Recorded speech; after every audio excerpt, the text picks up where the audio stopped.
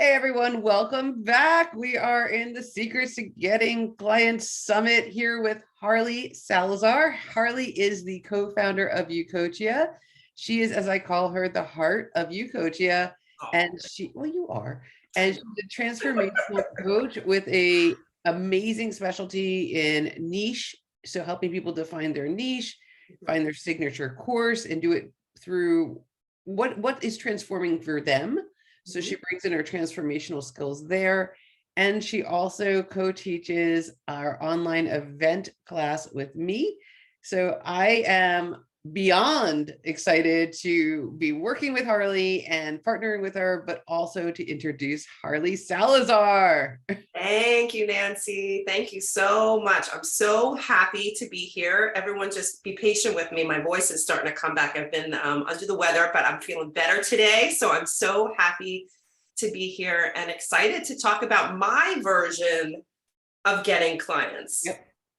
And because it's different for everybody. And that's one of the things that we would really want to tell everybody. Oh, okay. I got it. Ask me the question. Yeah. Yep. I'll get you a link to all the replays, Caitlin. No problem. So we are going to jump in. We want to go straight to the reason why you're here. No messing around. Harli. Yes. Tell us what you've been doing to get clients. Like, what is your favorite client acquisition strategy? Okay. All right. So my answer may not be the most popular answer, but it is because you have to do the work. Okay. And for me, before I started in business coaching and in sales, something also about me is I'm a transformational coach, but I also come from a family. My father was in sales. And so sales is in my blood, I basically and the way that translates for me is when I feel authentically excited about something, I can easily share it with people and enroll them into it because it's how I really feel. And I'm an enthusiast. I don't know if anyone knows about the Enneagram, but I'm the number 7 enthusiast. And I get so excited about things that it just kind of oozes out of me and people can feel the authenticity of it. It's the truth. So when I say you have to do the work for me, so when I first started out years ago, I was working with moms because I had been a burnt out stay-at-home mom who wasn't healthy. And I went through my own transformation of getting healthy. And then I, like so many of us, felt compelled, like you with your health journey, Nancy, once I'd gotten to the other side and I found this freedom and this vitality and this health and this joy in my life, I felt compelled to help others, right? So I coached moms. So what did I do to get clients? Well, so the first thing I want to say is I was so authentically attached to that for me. Now, some people go into, for me, this is a transformational. Some people do more business things. They sell marketing, they sell this, they sell. For me, it was like, I knew my service so personally. I related so closely to my people that they felt so understood by me that they trusted me, right? Right. So I've always said that it comes down to 3 things. You have to be visible, you have to serve, and you have to make offers. Okay. So as far as I do have a couple, well, we'll talk about that in a second, but so it's like I had to do my own transformational work to get over being visible because, years ago, being on a live like this right now would have really triggered me. It would have made me nervous. It would have made me sick, actually. So I had to do the work, which I love. Amy does such great work in leadership in Ucoachia. And I also, with my mindset resets that we're going to be talking about, we'll be addressing this visibility blocks and imposter syndrome. So I had to do that work, right, to get over being visible, to show who I was, to share my story with people, to share that I wasn't perfect, I wasn't this perfect stay-at-home mom, so that I could be relatable. And the more vulnerable I got when I was visible, the more I attracted people to me that were like, oh my God, she's saying what everyone's thinking, but no one is saying it. And I feel less alone. And that's how I created a community. And then the next thing and then I would serve through lives, through free challenges. And when I would do a free challenge, I would put myself into that challenge and serve these people as if it was a paid program. You know, like I would prepare, you know, homework assignments and this and that and give everything I had. And then I would enroll a couple of clients after that challenge because I would show up so full, so authentically to serve them. And then I had to get comfortable making offers. Like everyone else in the beginning, when I would, you know, thought of charging even was really hard for me. Mhm. I remember saying to my coach in the very beginning, like, I feel like I'm just charging people for them to like hang out with me. Like this is just who I am naturally, because I had been coaching people my whole life. It's just who I was, right? And so I had to change my mindset of no, I provide a service and get comfortable making offers on the regular. So being visible, breaking through my obstacles, being visible, serving really deeply in generously, like for free, whether it was on in my Facebook group or in my challenges or my YouTube channel or my emails, really serving, giving them things that I knew, giving my moms things I knew would help them, and then getting really comfortable making offers. So like I said, it's not a short, quick fix, but that's what we're here to tell you. There's no, you go ahead, Nancy, go I ahead. have questions for you. Okay, so Yeah. you said that you attracted people. I want to know how. I want to, how did you attract them, and like, where did you market Yeah. your events? Because if you just like, and this I think is a trap that we all get into. Like we're like, I'm going to do an online event. Like you, I always say a webinar is not the same thing as an online event. Just so Right. what we teach is a Right. way of getting people to come to your event, and a webinar is kind of like a standalone thing where you're trying to find the people to come. Yeah. How did you get people to come to your challenge? How did you attract these people who you were resonating so well with? Yeah. But how did you even get them? Like where did The only thing I knew how in the beginning was I went into my own communities. I went on my personal Facebook page. okay, so walk us through that. Like what Yeah, so I made a video on my personal Facebook. I decided to go live. I figured I learned how to advertise that I was going live on Facebook. I was so scared. Oh my God, I remember this. And I did it on my personal page. So all of my hundreds of friends got to see this. I also there were people from my certification who advertised for me because I posted on because where I got my coaching certification, we have a group that we're a part of. And so I let them all know that I was doing it. So they posted in their Facebook groups for people to come watch me because we like to support each other. And I just went on my homepage and I announced that I was creating this Facebook group for moms. Okay, so, and I happen to know something that you're not mentioning, so I'm going to ask you. Okay. Okay, so I know that Yes. you are Yes. a killer at going out and connecting with people in real life and Yes. creating an event in real life that drove Yes. business.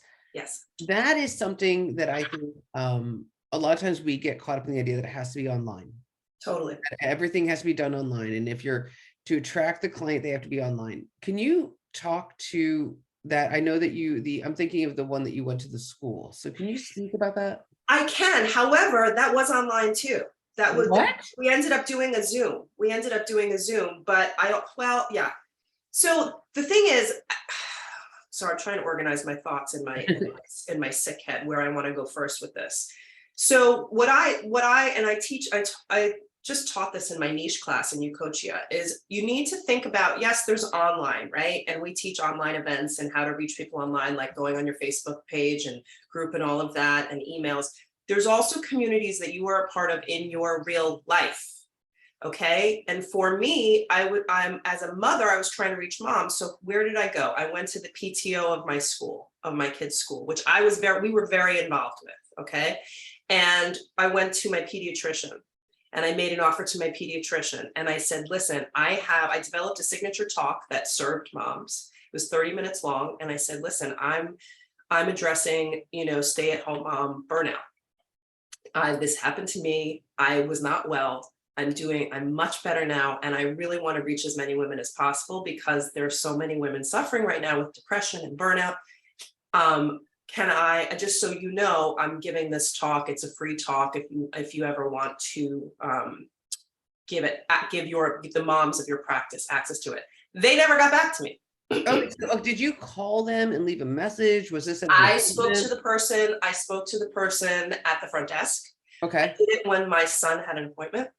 So I made sure it was face to face, because that you have to know what your talents, skills are. Mhm. And I am a connector. I connect with people. And so I know if you get me in a room and you allow me to talk to somebody, I can manipulate. Not manipulate, but That's a nice way to put it. I can influence. I can influence. Manipulate's the wrong word. But it didn't work because they didn't get back to me. So, but I tried. I tried. I You love know? that you put yourself out, and it wasn't, that's the thing. So you're saying, okay, here's where my audience is. Mhm. I'm going to make this offer. And I have to tell you, I think it's intimidating to go to your pediatrician, to go to Yep. a professional when you're just starting out Yes. and say, I'm doing this, and put yourself out there. That's really vulnerable. Mhm. I mean, like, did you go in there like with something written out? Did you have like a flyer? I want to get like the details on this. Or was it just like you just walking into the door and saying, hey, I'm doing this. Can you? So, Amy spoke about this the other day. I am someone, this is just who I am. Every person I speak to, I am connecting with. Like every person I meet in my life, I see them as a person, and I try to find a commonality between us, so that there's a comfort level between us very quickly. So even if it's the nurse in my kid's office, the front desk, I will acknowledge how hard they're working. If the phones are ringing off the desk, I will say, you guys are doing an amazing job. I'm over here. Like, I just acknowledge people, I connect with people. So it was during one of my son's wellness appointments, and they knew me. And I said, as we were checking out, I said, can I just share something with you? I said, this is what I do. And I know it's a hard time for moms right now. And, I gave her my YouTube channel. I asked her if she would give it to the doctor. And then I called the doctor, and she said that they didn't really do anything like that with their patients, but that she would keep me in mind. Okay. Right. And then I moved on to my next target, which was the PTO, and that worked. Okay, so walk us through what happened there, because now, again, like, I mean, you're saying, okay, here's my niche here. This is a convenient one. I have an appointment. I'm going to use this and kind of exploit that connection. Yes. Awesome job. There wasn't really an expectation of anything coming of it. So just kind of like the practice of just saying it out loud. Exactly. That was the value of that moment. I didn't get in front of the women and the moms, but I had the practice of getting it out of my body and saying it and not dying. No, exactly. It does feel like you're going to die. It's like, it feels like you're going to die. Yes. Yeah. Okay. Let's go to the PTO. So walk us through how you connected, what you said, like what was the steps, because I want to understand and really, really break it down. Okay. Well, I live in New York City, and my kids go to public school. And so public schools are always trying to make money, because they don't have the budgets that they need. So I was very involved in the PTO. We're always trying to raise money for the PTO. So in my mind, I was like, oh, we could charge $10. I could do a Zoom retreat event, and we could charge $10 for it, and it could go to the school. That would incentivize the school to allow me to do this. Let's stop right there. Sure. So you're talking about what's going to benefit me and how can it benefit you? I always joke around. I say, it's the Janet Jackson question. What have you done for me lately? And it's what that question basically means is when you're talking to your audience, they don't, not to be mean, but they really don't care about what you can, but about you. They care about what you can do for them. And I always like to say, they do care about you. They just care more. This is the difference between Nancy and I. Okay. We radically accept each other. They do care about you. They just care about themselves more. Yes. Yeah. And they do. And so she went in there and said, I have something I want to do for myself. I'm going to put that down here. Yep. Here's what you're going to get out of it. So I would love to do this. It will help the moms, which they're like, that's nice. We're going to make it a charged event. But you're skipping over an important part, Nancy. Okay. Allow me to coach you, because when you say, oh, we care about the moms, people do care about the moms. The principal does care about the moms. The principal, because I wrote an email to the principal, I reached out to the head of the PTO, and people are really suffering. Moms were really suffering, and this was really important to her. And so I mean, how much money it raised for the school? Not that much. There were maybe like 15 people there, so it raised $150 for the school. For the principal, it was about, yes, our moms need this. Yes, thank you so much for this. Love that. So yeah. So what did you write? Like let's go I there. reached, You write that directly right to the PTO. What did you actually say to them both? Well, first I said, I have a great idea to raise some money for the school using because we're always encouraging parents to use their own talents, skills, whatever they have to raise money for the school. And so I put it in the way that I was donating my time. So it's the way that I positioned it. It wasn't, I'm going to get something from you. I'm offering to give you something. I want to pick your brain about an idea I have about donating my time to the moms of the school. Smart. So you write this letter. And then I wrote to the principal. I'm sorry to interrupt you. I wrote to the principal, and the first thing I did was connect. I reminded her of who I was because she knows who I am. I then I thanked her for all the work that I acknowledged who she was as a human being and some specific things that she had done recently that I really appreciated. And then I told her again, I have this idea that I'd like to donate some of my time to the moms of the school because I know moms are suffering, and we can raise some money for the school. Okay, I love that. So did you have to follow up? Did they reach out to you? Like, what were the next steps? So yes, so I got yeses immediately, which I did not at the doctor's office, but then it lies flat, right? Okay. It's like, oh sure, this sounds like a great idea, but then it's up to you to make it happen, right? Because everyone else is so busy, so it's like, okay, this is a great idea, blah, blah, blah, blah, blah, blah. And so then on the regular was, okay, I have a date, I have a timeline, who do I need to talk to about publicity in the school, just following up every day to make sure that because I wanted to serve, but I also wanted to get maximum visibility. So I wanted a spot on our school Instagram page, a shout out in the email, because there are email blasts every week from the school. So I wanted to make sure that it was marketed properly so that I could have maximum visibility. So I had to check up on that. I chose a date. I took control of it. Yeah. How much time did you give between the event and the date? Well, that's such a good question. That's another thing, because I remember Adam, my husband, was like, because I didn't have it planned yet. I didn't have the presentation planned yet. Oh, that's the other thing, guys. You need to know this. You don't need to have all parts in place in order to start moving forward. This is such a huge lesson, you guys. It's so huge because the ego mind will prevent you from doing something by procrastinating and not getting the thing done so that you can't reach out, because the ego mind does not want you to step out of your comfort zone. So it's a trick.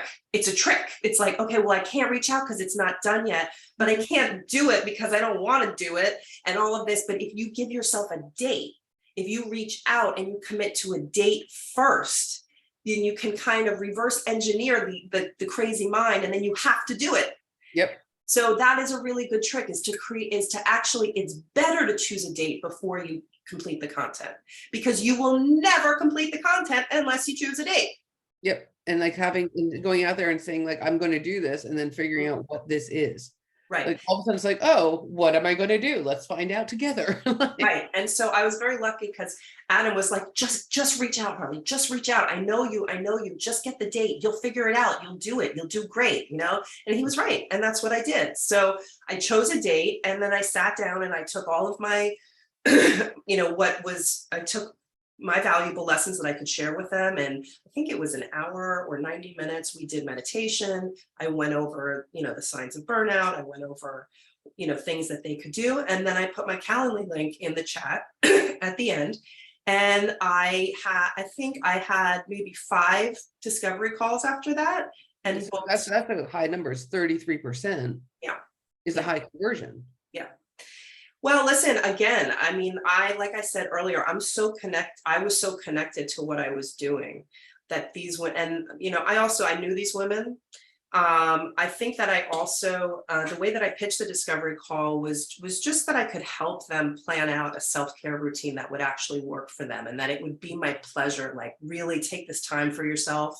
I sold the discovery call. You can't, when I say sold, I mean, you can't just, because I know at the beginning I used to do things like, oh, and if you want to do a call, The fade. I'm sort of asking, but we can maybe you can take a call.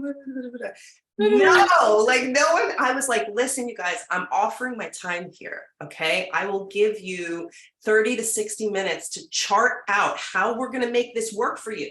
You know, and you can even see the urgency, the passion, the excitement that I'm talking with, where I'm valuing this call. I know the value of this call, and I'm explaining it to people, and you know, and then they're like, okay, yeah, I'll do that. Yeah, I want to know how I can make a self-care routine work for me. And I believe I booked 2 clients from that. that's great. Yeah, That's into my group program. So this costs you absolutely nothing but time and energy and stepping forward, Mhm. and a little bit of like thinking out, like, where are they? Yep. And then you got 2 people into your group program from that. Yes. Okay. Like I think that's fantastic. I mean, that is a great, and it's different than what we've been hearing from Oh, other, really?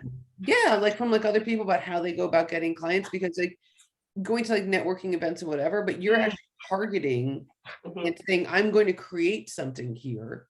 Yeah. That is the market. I'm going to create the marketing vehicle to generate these leads. Yeah. And I'm going to do it from a place of service. And I think that's brilliant. Yeah. Thank you. Thank you. I mean, you know, it really works for that specialty. You know, it's not always so easy. Not everybody is going to find a community so easily that so perfectly fits their niche. But for me, it worked. But if, you know, again, if showing up in real life and attaching to a community is more challenging for you, I mean, also, like, where do you get, if you go and get a cup of coffee every day, and, you know, what people do you have relationships with? Like, if you, because I remember that was a plan. I had a few plans, but then things started going well, and so I didn't dip into it. But I was going to go to the yoga studio that I went to and say, listen, I'm willing, whenever there's not a class, I'm willing to give a free talk to, because they supported moms, right? I had a coffee shop that had a back room. So I offered to them, you know, I was going to offer to them, I'll give a talk in your back room, you know, and I'll invite people, just because I had a relationship with the barista, because we saw each other every day. So it's like, people want to help you. You know, who do you have relationships with that you see every day that you, and this is another aspect of it, is just sharing what you do. It sounds so basic, but it can be profound. It's another part of being visible, because when you show up in the world, because I remember thinking that people like who talked about their business all the time were like, oh, they're so salesy and annoying. But I think I was being triggered because I wasn't at that leadership level yet. Yeah. You know, it's like, when this is what you do, wherever you go, I would just share it with people. And I've gotten clients that way too, because they're like, oh my God, my friend needs that. That's exactly what my friend needs. This is a good idea. I'm about to put my free 15-minute call on a QR code on my next batch of business cards and strategically place myself in several places where I can give those out. I love it. Right. Yeah. Speaking of events on your game, we'll need to find the right place for that. Yes. And like also, Caitlin, the other thing is, like, we're obsessed with online events, like obsessed. Yes.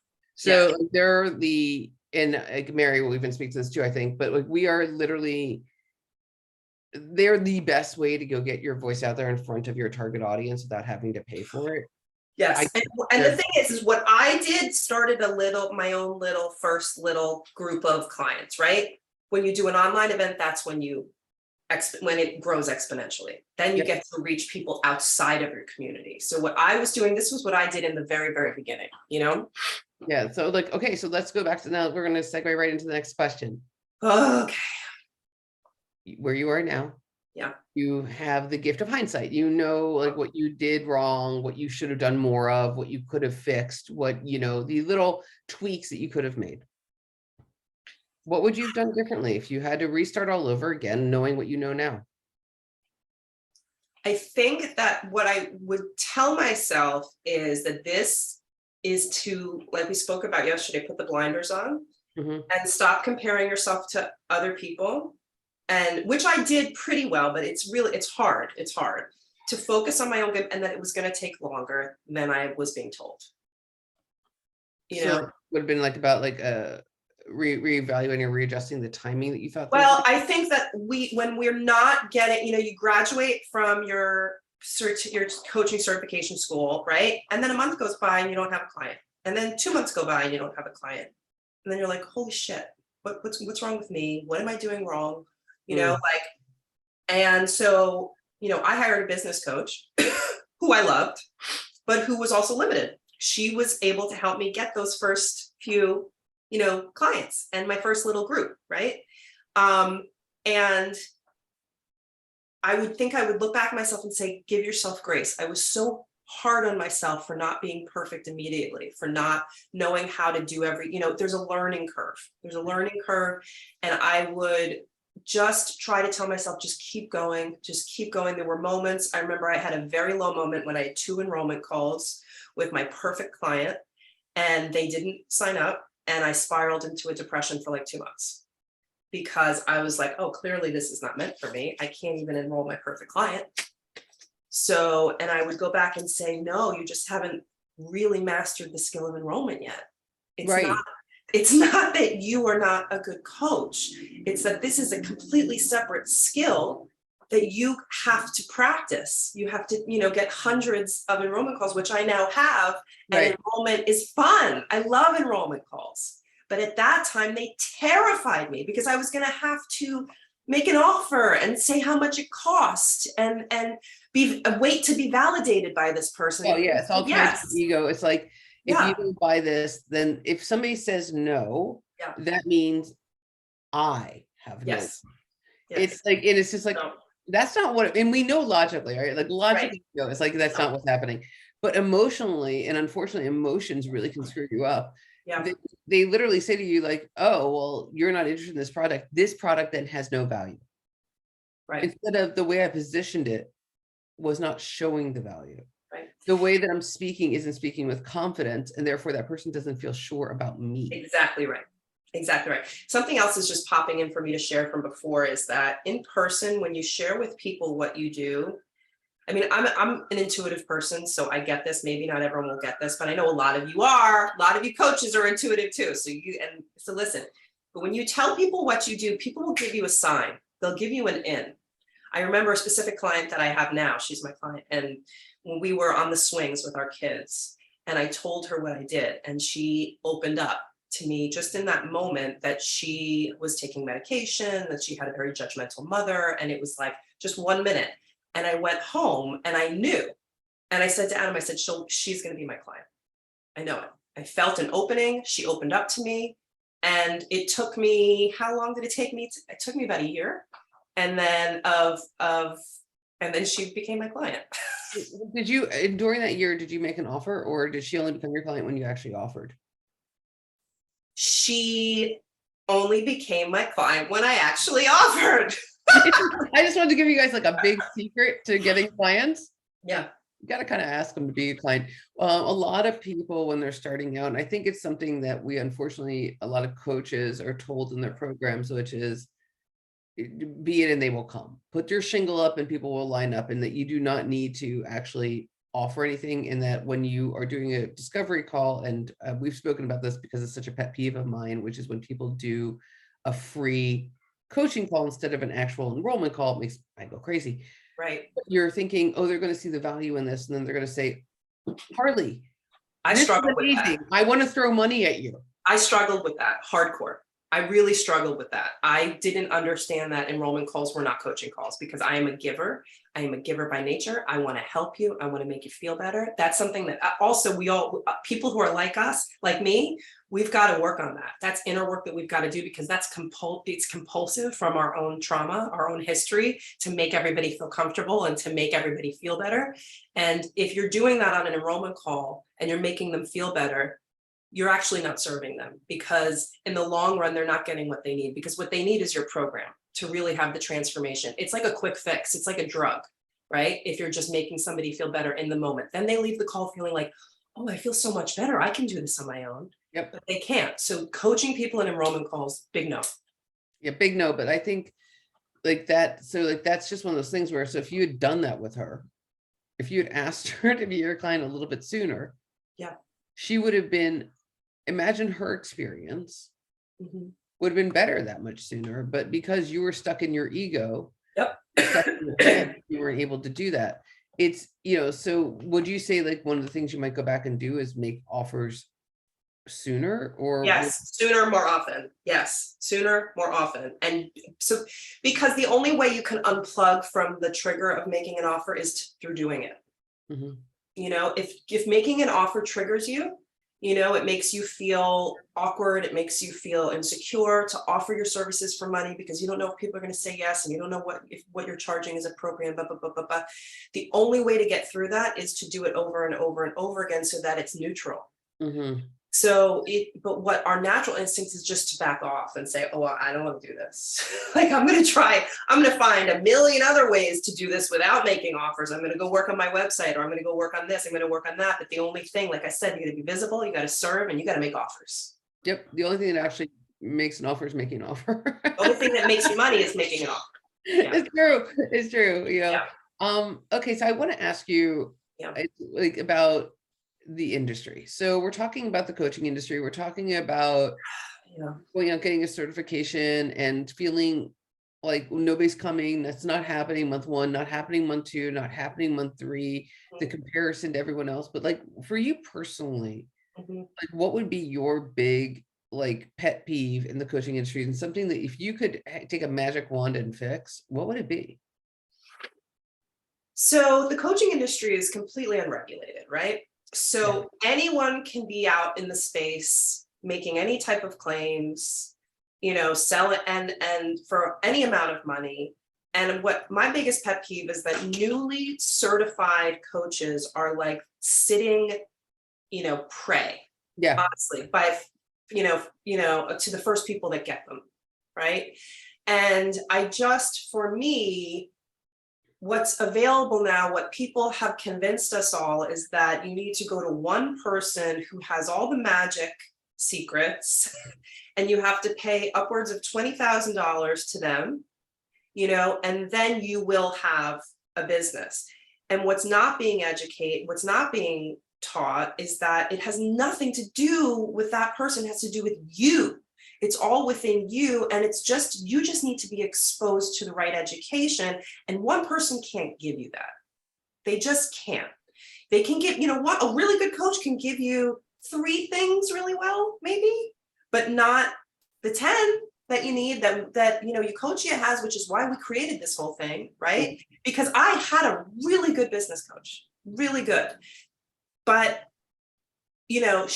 when I got out of there, I had a handful of clients. I wasn't making, it wasn't the business that I wanted it to be, And so my biggest pet peeve about the current coaching, and also, I'm just going to say it, the lying, the dishonesty, people saying you can make this, this, and this. Those big coaches, they do have success stories, but you don't get to see the backstory of each of those people. Those people might have had, if you have $100,000, Nancy and I worked this out. If you've got $100,000 to throw at your coaching career, you'll make it. You can make it because you can learn all of it. Does it sound reasonable? Wait, that's completely reasonable, right? Like we all have 100 grand right. just waiting. So you don't know. I remember one of the people that she would hold up one of her success stories, and this is a very wealthy woman to begin with. So she had all the money to throw at all the coaching. So what Harli's talking about is and I think some of you guys know we've talked about this a little bit. Harli and I met because we worked on the enrollment team of a very, very well-known, highly successful guru coaching company. And this person, Harli and I were both like, we were bought in. Okay. Like, totally. Oh my God. Yeah. And like, I had actually even spent money on this thing. I was considering spending 15 grand on her course because I was believing that it was going to be a magic, but then the opportunity to work on the enrollment team came up and I was like, oh, I can learn behind the scenes, I can be in this. Wow. Wow. Thank God I did not spend 15 grand was what came away from that. But what Harli's talking about is this experience right now. Yeah. Sorry. And that they will, no, that's okay. And thank you for clarifying that. No, it's just that these coaches will hold, the other thing is that they make you feel like everybody can do this. Everybody, I'm going to give you the formula. You're going to do it. Everybody can do it. But the truth is there's a whole bunch of steps before that strategy that you need to figure out, that you need to learn. And if you don't have that already, you're not ready for this strategy. That doesn't mean they're not going to take your money. They're going to take your money even if you're not ready for the strategy. That's it. You know what? That's my biggest pet peeve. And they're going to tell you that the reason why it's not working, it's not because their strategy sucks or that it's not effective for you. It's because you need to invest more. Yes. And, you know, so what that basically boils down to is give them more money. Yeah. So that they can then tell you that what you're doing is not enough. I really, honestly, I just hit on it. That is my biggest pet peeve, is that they take people into these programs who are not ready for them, who they know are not going to succeed at their programs, and they're going to take them, and they take their money anyway. Yep. I think that it's criminal. Yeah. Okay. Yeah, I agree with that. And I don't know if you guys, you know, have had this experience. So Mary or Caitlin, if you guys have had this or seen it, share. And you guys, and just so you know, you guys are welcome to ask any questions. So if there's anything that's coming up that you want to talk about, definitely ask. So we're open books over here. Yeah, so I think it's fascinating. And like, what would you say you learned working behind the scenes? Is there anything that was a big takeaway from you, or like a big aha? Well, listen, I mean, the person we worked for is an excellent coach in certain ways, right? And the things that I did learn from behind the scenes, do you mean, I mean, I learned about urgency and pace and rhythm and moving, right? Which was a positive, you know, but as I also, what did I learn from behind the scenes is that these bigger coaches have lost touch with their audience. They've lost touch with their clients. I think when they start out, they really do care and there is a connection, but then as they grow and they have hundreds of clients, right? They don't have the bandwidth. They don't have the bandwidth to have that high touch relationship with them. And so they have to change their mindset into, I'm no longer a coach, I'm now a mentor, which means I don't have to have direct, Caitlin, I'm just looking, I'm not a coach, but I do interior design, trying since 2020 to build more of the online side of my business. I have several all online solutions. Great. Yeah, I don't know what they are. So Caitlin, we're gonna because I love interior design stuff. Yes. Yeah, and saying the word coaching and online entrepreneur, just so you know, to me, they're interchangeable. I agree. It's a coach. We say coach because a lot of people who are coaches identify quote as a coach, and they don't see themselves as an online entrepreneur. An online entrepreneur is somebody who has an online business, which is what a coach generally does. So Caitlin, you're in the right place for this too. And it's like, for me, what I learned behind the scenes, besides the ugliness of it, besides the lies, besides the pay to play type situation, which made me horrified. The one thing I learned that I took away that was positive, and this was the idea of failing forward, and that you don't have to know what you're doing to do it. And a lot of times we get, again, what Harli was talking about to begin with, like we get caught up in the concept of, I need to have this fully formed idea. It's going to be perfect. And then I'm going to present my perfection to the world. But what we don't think about is when the world sees it, they're going to have a little feedback for you and you're going to adjust. So what you thought was perfect actually is still being molded. And if you allow yourself to take that, whatever it is, before you think it's ready, before then, start getting the feedback sooner. You're going to get the movement faster. So good. Mary, the queen of fully formed ideas. Mary, no, it's fail forward, my friend. You're going to move so much. Nancy, what you're saying right now is so huge. I want everyone to really take this in, because people lose months, years of their dream by getting lost in the perfectionism, right? Of I'm going to create the perfect thing. And you cannot create the perfect thing unless you have a dialogue with your audience, with your, with the people who need your services, right? Yep. And I always joke around and say well, people will get caught up in things like their branding and their logo and all these things. They want to look amazing. But what they don't realize is in a year from now, when maybe you're staying in the same thing. So let's say you're doing interior design, and I don't know, maybe you're working with hotels, and then you decide that you want to work solely with boutique hotels. So now your logo went from corporate to a little bit more like arty, right? Yeah, it all changes. But that's the whole thing. So what you thought was perfect transforms with the information and the feedback you get, and as your business grows, it transforms. You don't get to live in a place where it's just like, this is what it is. I mean, I think the brands, huge brands change their logos a lot. There's certain that Yeah. like Apple hasn't, Coca-Cola hasn't. But let's play this one out. We're not Apple or Coca-Cola, guys, because we don't have billions of dollars Yeah. in advertising and marketing research going into us. Mhm. Our advertising and marketing research is literally going into the market Right. and finding out from them what's resonating. And so we think might be something that's amazing, might not be amazing to anyone else but us. And done is better than perfect. Keeping up momentum of revenue generating activity is more, and we go into that in Ucoachia. I'm not going to go into that now, but there is revenue generating activity and there is revenue generating activity. True. So and getting obsessed with websites and those kinds of things, that's not going to produce you revenue. So a lesson that we've learned so much in Ucoachia, is like, okay, it's good enough. It's good enough. It's Oh my good God, enough. the good It's good enough. That's actually a motto in our company. It's because we know if we get stuck, forget about it. Perfection. We want things to be perfect. We want you guys Yes. to come into the platform and be like, oh my God. But you want to know something? If we wait till it's absolutely, We wouldn't be here right now. We wouldn't be here. and you guys wouldn't even have a platform to go to. Right. So like, it's good enough does not mean it's done. It means using them yet to announce myself there as a coach. LinkedIn, it's not like nobody's looking at you, Mary. I'm not trying to be mean here, but like the reality is like when you're saying I want to announce myself as a coach, you're just changing your headline, and people are then going to do the perfunctory congratulations, great job, awesome, best of luck. It's LinkedIn. I did a training yesterday about how I got my first couple leads through LinkedIn, and so you should definitely check that out. But it's yeah, we're on LinkedIn, but no.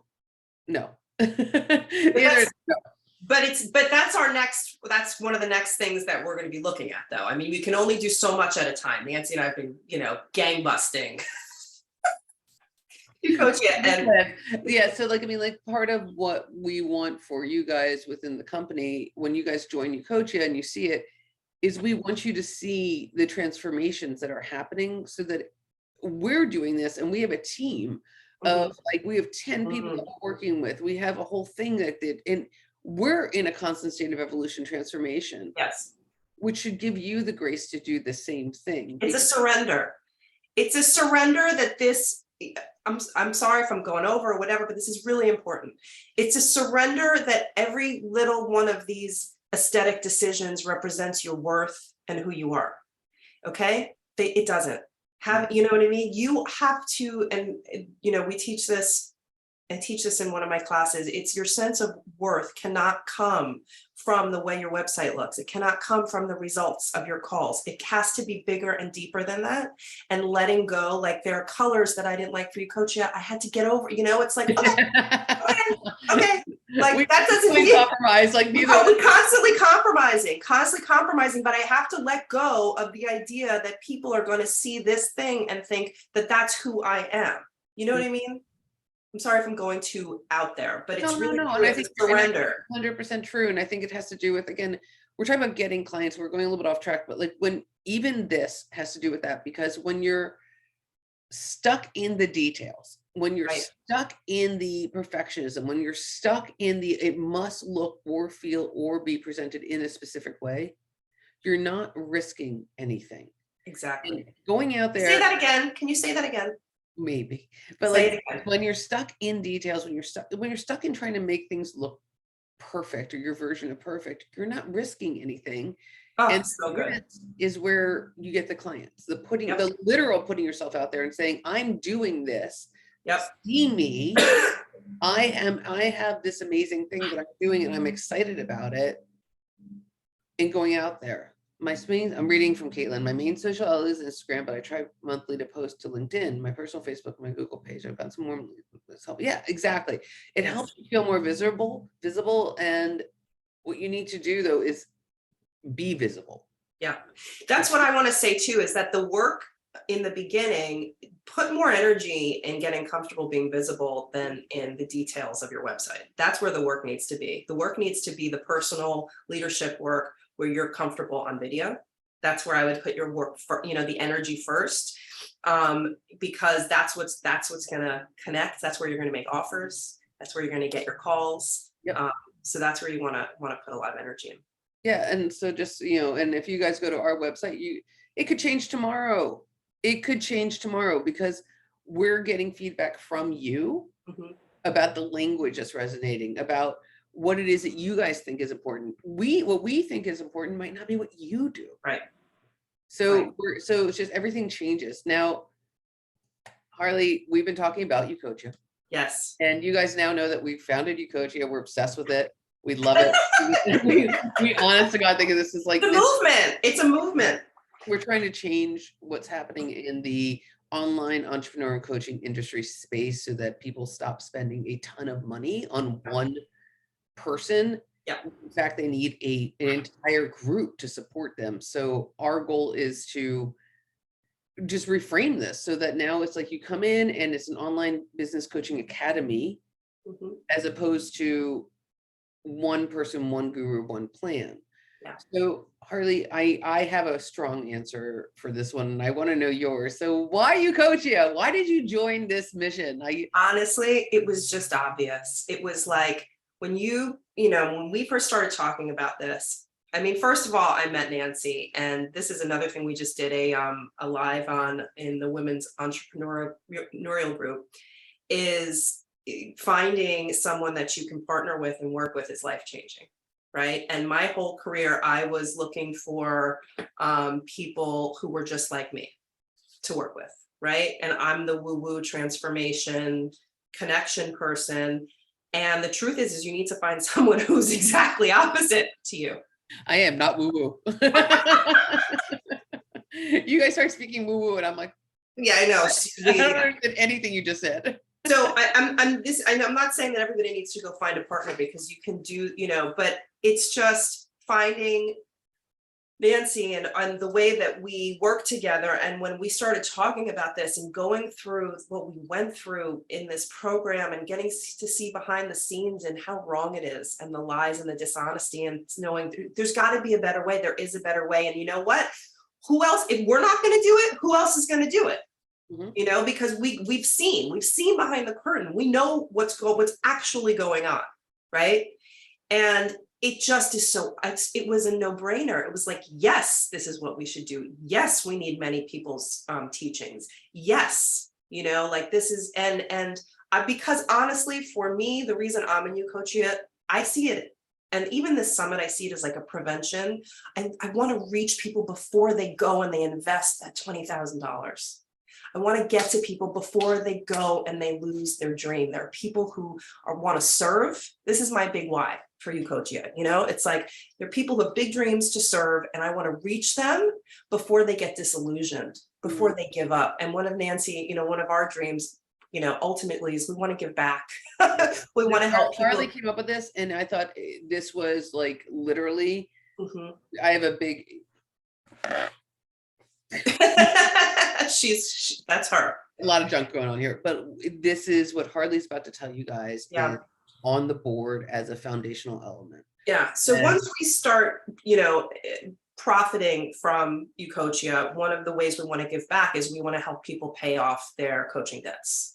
Yes. People who have gone into debt, people who have lost things, they can apply, and we will help them pay off their debts. Because just in working at the company that we worked at, we spoke to hundreds of people, hundreds of coaches I've had in-depth conversations with, and people who have lost everything, and their mental health, their families, their this or that, because they lose like everything. They put they're like, oh, I took a second mortgage out of my house so that I could pay for this person who sold me on this, that they had the magic answer. Yeah. And the truth is that I just want to get back to a positive place for a second and leave on a positive place.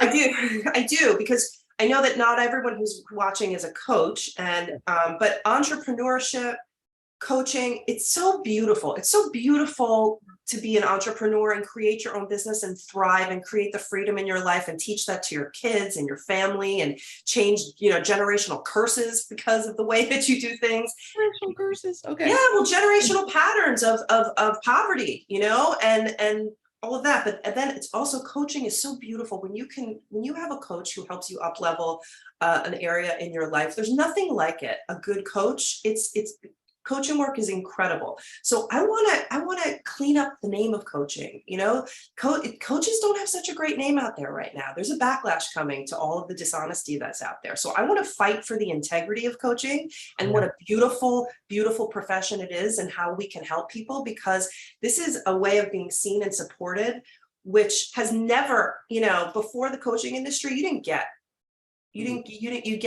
this type of support that you can get now. So that's, I want to rescue the integrity of the coaching industry. I love that. I love that. And you know, guys, we just want to share with you a little bit about Ucoachia, if you do us the honor of letting us do that. We are very excited about it, and we have we're just launching right now. And we're doing, for the founding members of Ucoachia, we're doing a discounted rate, which is, we wanted to figure out something that you could, where could you learn everything in one place that you need to know to grow your business? And a business is different than a client. Getting a client's a one-shot deal. Growing a business means that you have something viable that you can actually have for the rest of your life. Like, it's not like this one flash in the pan. You can rely on it. Yeah, so I just want to show you guys what this is all about. Let me see here. Okay, this is what we are. So you're looking at literally everything that you get in Ucoachia. Everything. It is sales, video, email, community, content, social media, websites, leadership, signature course, business, finance, niche, and online events. This is everything you're learning with us. We understand you're not learning it all at one time, and we know that learning this many things can be a smidge overwhelming. So you're also getting a one-on-one pathway mentor. This is the person who guides you through everything, who helps you figure out what it is you need to focus on, what it is that's going to drive your goals the fastest. So maybe you're amazing at leadership, like you don't need to find that, but you really, like, your business finance is a mess. Like, we need to work on that. That's what we're going to figure out, like, exactly what it is that you need to do. I'm just scrolling through here. You get live. This is an all access. There aren't tiers in Ucoachia. Everyone gets the same level. The only difference is if you're doing a monthly subscription, 6 month or a year, and then the prices you get, like, basically a deal. The longer that you're in with us, the better the deal is. That's literally the only difference. You get live classes, they're all recorded. You get accountability and workshops. You get all the pop-ups. Yesterday we discovered I'm going to be doing a LinkedIn training. Who knew? I came with that yesterday. You also get your pathway mentors. So you're never alone with us. But here's the real reality, what's going on. If you were to try to pay for each one of the classes that we offer individually, every single month, you'd be spending around $10,476. That is insane. That's the current marketplace, you guys. That is the current marketplace. And that's why we're doing this, because it's like, this is not okay. It's not okay. And people say, well, this is too good to be true. It's not too good to be true. You've just been brainwashed that this is what it should cost. Yep, exactly. So we're doing it for $395 for the founding members. That's a monthly price. 6 months, I believe, I always get this wrong, but it's $21.72, I think. And then a year, you're getting it for $39.50. So we're going to give you 2 months for free. And that's a locked in price. You have a 30-day pause on your membership, and then you can come back in at that price, because we know that maybe you're going to go on vacation someplace or something happens and you need to pause. We honor that. So we're also giving you guys what are called tiered bonuses. So you get month 1, month 2. And the reason why we've set it up this way is because we know what you're going to need during your process. And we want to make sure you have it when you need it, not waste it. So in month 1, we want you to sit down with Allison. She's our business coach. She's all about helping people break their first 4-figure month. And she wants to sit down with you on a 30-minute one-to-one and figure out what it is that you really need to do, how she can best serve you, what questions you have. I mean, that's amazing. $147.50 value right there. Every single week, Amy's doing breath work and meditation, because you need to keep your mind aligned with your goals. And this is all just part of it. Like, this is all part of the holistic approach to learning how to build your business. And here's the one thing you're going to need is the top 5 emails from Ashley. Ashley does her email marketing. And it's not just her 5 email templates, because she doesn't want you to just take them and run. She wants you to understand what is it about them that's working so that you can use it and replicate that for yourself. It's about learning how to do it for yourself, not just taking from someone else and not knowing how to do it. And then you get into month 2. So now we're going to talk about visibility. So you're going to need to be on video, right? So you need to learn how to get your video background. This is something Tracy's never offered before. Tracy is an Emmy nominee, Emmy award winning, not winning, I'm sorry, Emmy nominee. I always get that confusing. I'm like, I want her to win awards, but she's doing the video and she teaches video, teaching how to build your background so that you look more professional and not have things that are distracted and not look like not prepared. Like, why not prepare what you can? And this is the first time she's ever offering this as a bonus. Harli's doing monthly mindsets, which is keeping you, again, it's realigning yourself and keeping your head in the game, keeping yourself centered and focused on empowering you can actually hit your goals and not get into the overwhelm or the perfectionism. Perfectly said, Nancy. Perfect. And then there's Biz in a Box. Now, this is needed in month 2 because this is where you're going to get all the digital tools you need to do your email automation, to do your website. You'll need a landing page. You're going to need a place to throw a course up. Like, this is all there. And that's the first month is on us. And then each month thereafter, if you choose to stay in it, is $97. If you don't choose to stay in it, then don't. In addition, all the pop-up classes. And during the summit, we've already have 2 pop-up classes that are booked to do. One is with Amy and one is with myself.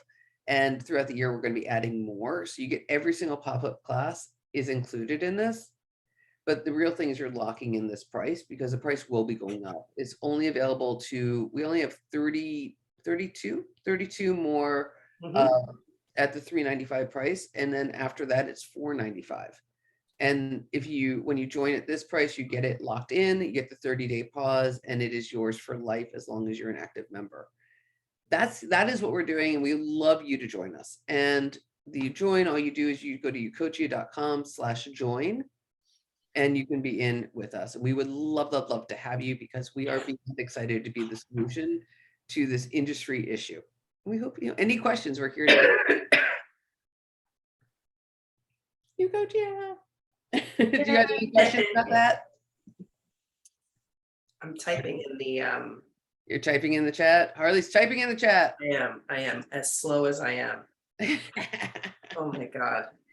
Okay, let's see. Okay.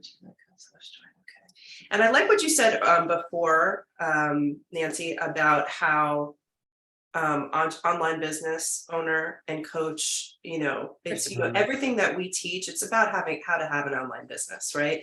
And even if you are, Caitlin, if you are, you're doing interior design in people's homes, right? You still can. There are other services. You get to think outside of the box where you can serve people virtually as well. You can, help them. Doing.